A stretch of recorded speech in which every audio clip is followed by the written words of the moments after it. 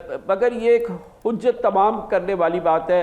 शामी साहब क्या हासिल करना चाहते हैं ये प्राइम मिनिस्टर इस पूरी कौम को इस कोफ्त से गुजार के, इस मुसीबत से गुजार के, और ख़ुद प्राइम मिनिस्टर और उनके जितने साथी हैं जो इसमें इस अमल में उनके शरीक हैं, आखिर उनका मकसद क्या है, हुसूल क्या है, चाहते क्या हैं, फ़ायदा क्या होगा इस तमाम चीज़ से जो है? आप कुछ क्या पढ़ रहे हैं उनके जहन को इस वक्त शामी साहब?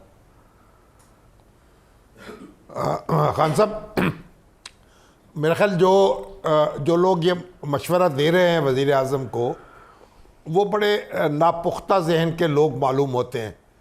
और सुप्रीम कोर्ट का फ़ैसला आने के बाद ये ख़त पहुंचा के वो ये तसव्वुर करें कि सुप्रीम कोर्ट अपने हुक्म को वापस ले लेगा, ये मुमकिन नहीं होगा। और ख़ान साहब जो हैं वो अपने आप को भी धोखा दे रहे हैं और उनके साथी भी उनको धोखा दे रहे हैं।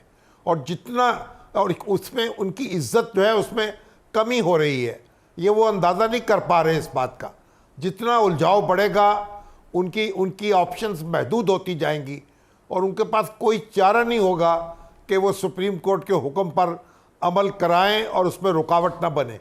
अभी आप देखें कि सुप्रीम कोर्ट ये रिव्यू पिटीशन जो है उस दायर भी कर दी जाए तो मतलब ये नहीं है कि जो हुक्म है वो रोक दिया जाएगा।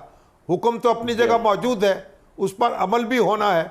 अब ये पूरी रियासत जो है उसको एक खलजान में मुब्तला कर दिया गया है।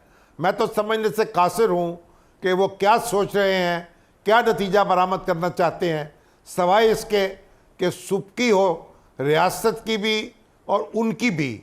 इससे और कुछ हासिल होने वाला मुझे मालूम नहीं होता। और ये लामुतनाही तो सिलसिला जारी नहीं रह सकता ना हबीब अकरम साहब। बहरहाल चले